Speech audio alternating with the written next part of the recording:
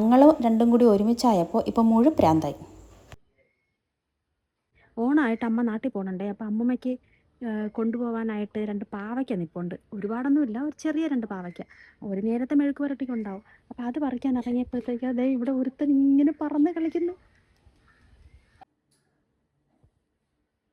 നോക്ക്, അവൻ എന്ത് വലിയ ബട്ടർഫ്ലൈ ആണെന്ന്. നല്ല സുന്ദരനൊരു ബട്ടർഫ്ലൈ.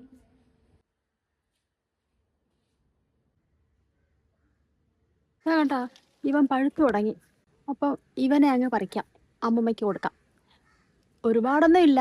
സാധാരണ നാട്ടിൽ പോകുമ്പോഴത്തേക്കും അമ്മ അവിടെ നിന്ന് ഇങ്ങോട്ട് കൊണ്ടുവരാറാണ് പതിവ്. അപ്പം ഇപ്രാവശ്യം നമുക്ക് അമ്മമ്മയ്ക്ക് ഒരു സർപ്രൈസ് കൊടുക്കാം.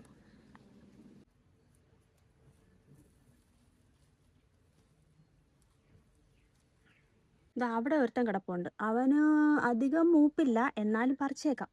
ഒരു നേരത്തേക്കുള്ള മെഴുക്കുരട്ടിക്കാവുമല്ലോ. നാട്ടിൽ പോയിട്ട് വരുമ്പോഴത്തേക്കും അവിടെ നിന്നാണ് സാധനങ്ങൾ ഇങ്ങോട്ട് കൊണ്ടുവരുന്നത്. ചീര, വെണ്ടയ്ക്ക, വഴുതനങ്ങ, കപ്പയ്ക്ക, അമ്പഴങ്ങ, കുമ്പളങ്ങ, മത്തങ്ങ എന്ന് വേണ്ട റംബൂട്ടാൻ, മാങ്ങ, ചക്ക, തേങ്ങ, എല്ലാ സാധനങ്ങളും അവിടെ നിന്ന് ഇങ്ങോട്ടാണ് കൊണ്ടുവരുന്നത്. അപ്പോൾ ഇപ്രാവശ്യം നമുക്ക് കിട്ടിയ സന്തോഷത്തിൽ ഒരു ചെറിയ സന്തോഷം അമ്മമ്മയ്ക്കും കൊടുക്കാം. നമ്മളിവിടെ നടുന്ന ചെടികളും വിത്തുകളും എല്ലാം വീട്ടിൽ നിന്ന് കൊണ്ടുവരുന്നതാണ്. ഈ മണ്ണിനോടും ചെടിയോടുമുള്ള സ്നേഹമൊക്കെ എനിക്ക് അമ്മയുടെ കയ്യിൽ നിന്ന് കിട്ടിയതാണ്, അമ്മയ്ക്ക് അമ്മമ്മയുടെ കയ്യിൽ നിന്ന്. ഞങ്ങൾ രണ്ടും കൂടി ഒരുമിച്ചായപ്പോൾ ഇപ്പം മുഴുപ്രാന്തായി. ഓണമായിട്ട് നാട്ടിൽ പോകുമ്പോൾ വെറും കൈയോടെ പോകണ്ടല്ലോ. കത്തിരിക്ക ഉണ്ടായിരുന്നു, നമ്മൾ കത്തിരിക്ക ഇന്നാൾ നമ്മൾ പറിച്ചു. ഈ പാവയ്ക്ക ചിലപ്പോൾ അകത്ത് കേടായിരിക്കുമോ എന്ന് എനിക്കൊരു സംശയം. വേറെ ഒരുത്തൻ നിൽപ്പുണ്ട്, അവനെയും കൂടെ അങ്ങ് പറിച്ചാലോ. ഇതേ നിൽക്കുന്ന ഇവനെയും കൂടെ അങ്ങ് പറിക്കാം. ഇവ അധികം മൂത്തില്ല, എന്നാലും ആള് തീരെ പിഞ്ചാണ്. അവനെ നിന്നാലും ചിലപ്പോൾ കിട്ടത്തില്ല.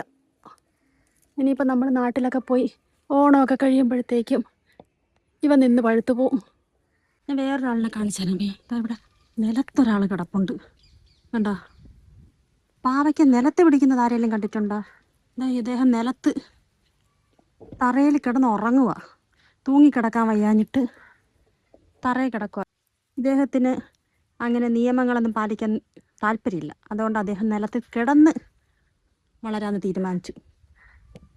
പിന്നെ അദ്ദേഹത്തിനെയും ഇതിനകത്തൊരു പുള്ളിക്കാരൻ നിൽപ്പുണ്ട്. ഇവർ രണ്ടുപേരും പിച്ചാനായിട്ടില്ല.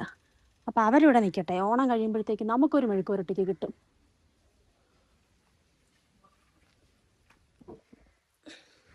അപ്പം ഈ 3 പേരെ നമുക്ക് പാക്ക് ചെയ്യാം, ജില്ല കടത്താം.